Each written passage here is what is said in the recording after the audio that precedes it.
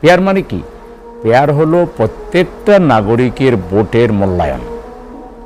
আপনি এখন যেটা হচ্ছে ধরেন এক আসন থেকে ধরেন আমি এক জায়গায় ক্যান্ডিডেট সিলেট 6 গোলাপগঞ্জ বেনিবাজার আসন থেকে, এখন ধরেন আমি 30% লোকের ভোট পেলাম, কথার কথা বলছি, বা আমি 70% লোকের ভোট পেলাম, তাহলে আমি নির্বাচিত ঘোষণা হলো।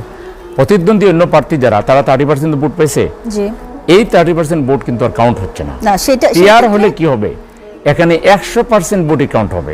আমার ভোট দাঁড়িপাল্লার ভোট দাঁড়িপাল্লায় কাউন্ট হবে। সেই ক্ষেত্রে জনগণ তো জানছে না সে কাকে প্রতিনিধি বানাচ্ছে।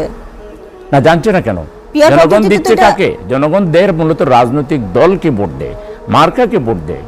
রাজনৈতিক দলই তো নমিনেশন দেয়। সেক্ষেত্রে নমিনেশনের সিস্টেমটা একটু চেঞ্জ। কেন? কারণ বর্তমান নমিনেশন সিস্টেমে প্রথম হলো অ্যাকসেপ্ট জামাত ইসলামী এবং ইসলামী দলগুলো বাদ দিয়ে বাকি সকল দল কেনা বেচার রাজনীতি করে।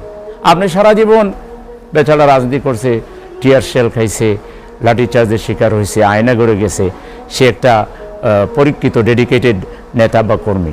তাকে বাদ দিয়ে বিদেশ থেকে একজন ওয়াল দিয়ে আসলো, 5 কোটি টাকা মিয়ার সাহেবকে দিয়ে দিল, আরও 5 কোটি টাকা আরেক সাহেবকে দিয়ে দিল, 10 কোটি দিয়ে সে সিটটা কিনে নিয়ে গেল। তাহলে এখানে রাজনীতি ভালো হবে কিভাবে?